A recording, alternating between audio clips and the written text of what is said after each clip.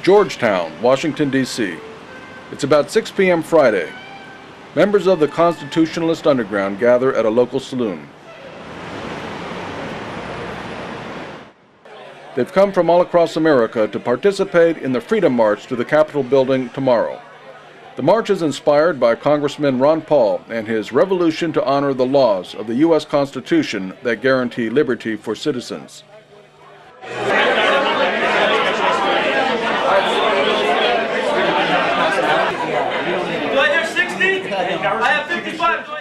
This Paulite raffles a copy of the U.S. Constitution that's been signed by Ron Paul.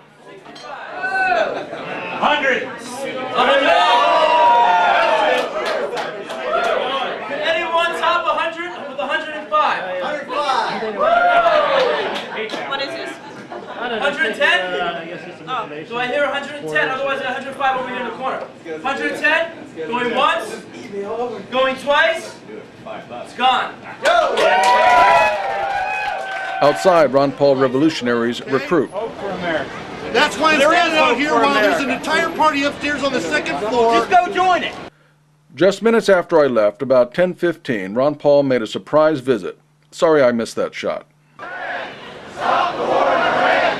Stop the war in Iran! Stop the war in Iran! Stop the war in Iran! The following morning at about 10:30, marchers gathered beside the Washington Monument. Organizers lead the group in chants.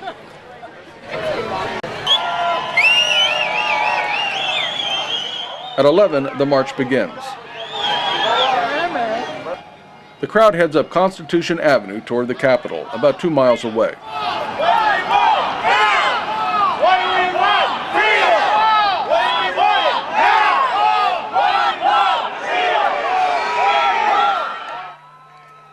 During the march, participants spontaneously join in chants that demand liberty and condemn tyranny.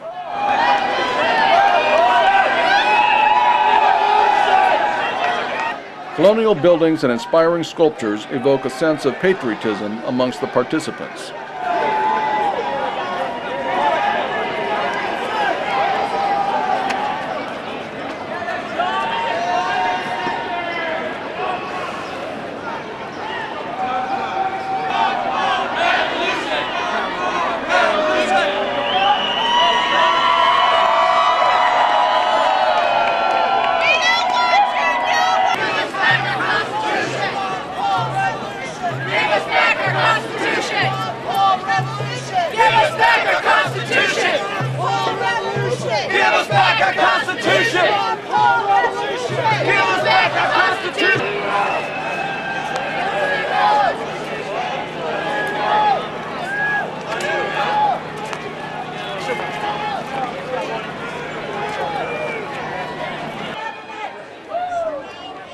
An estimated 15,000 to 20,000 revolutionaries marched to the Capitol.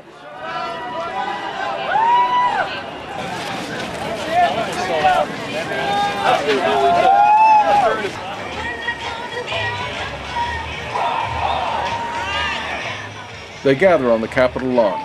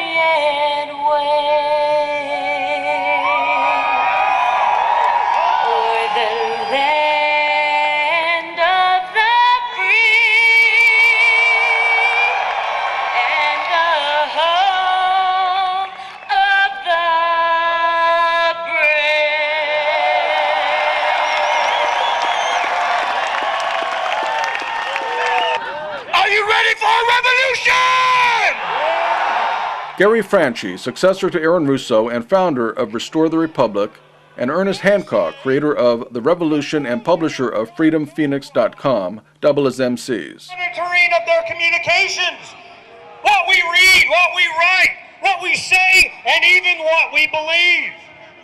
But we know the truth. Our government is corrupt. When an entire empire is built on lies and theft, and speaking the truth is an act of treason, that makes you the enemy of this state.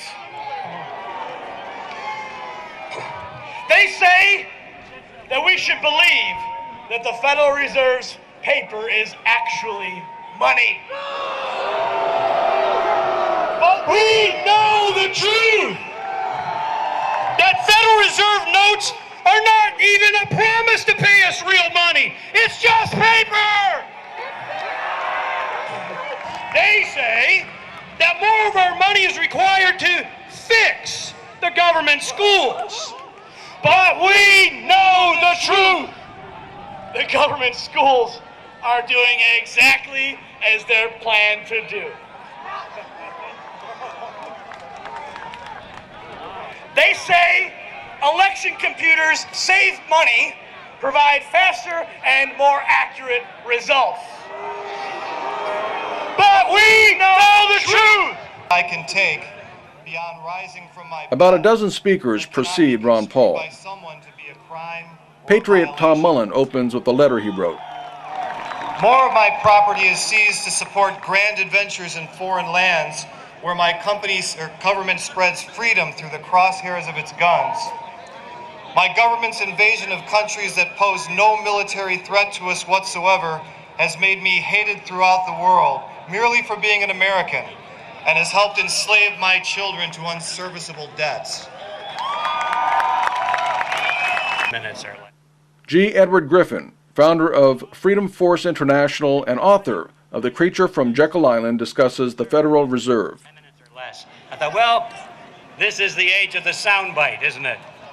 Everybody wants their information condensed, shorter, shorter, shorter. So I started to work on it. And I kept whittling here and condensing there and compressing there. And finally, I got the whole topic down to 14 words. Yeah. You ready? Okay, here it is. The Federal Reserve is the biggest scam in history, and you are its victim. Today was, I don't have anything to wear. But I brought something to fix that with.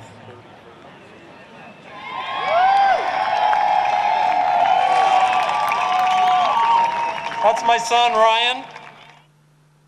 Joe Bannister, the former IRS agent who challenged the agency for illegally confiscating money from Americans, makes an appearance. He's featured in Aaron Russo's documentary, America, From Freedom to Fascism. This is a penance for the 5 years I spent in the IRS.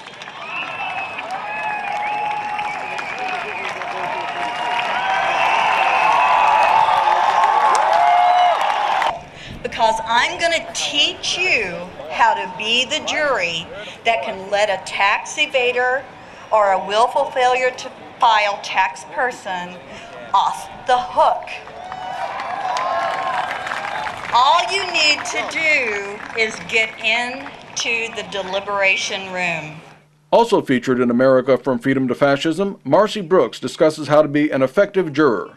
Her courage as a juror led to a rear verdict of innocent in a landmark tax evasion case. Good juror, nothing is impossible. So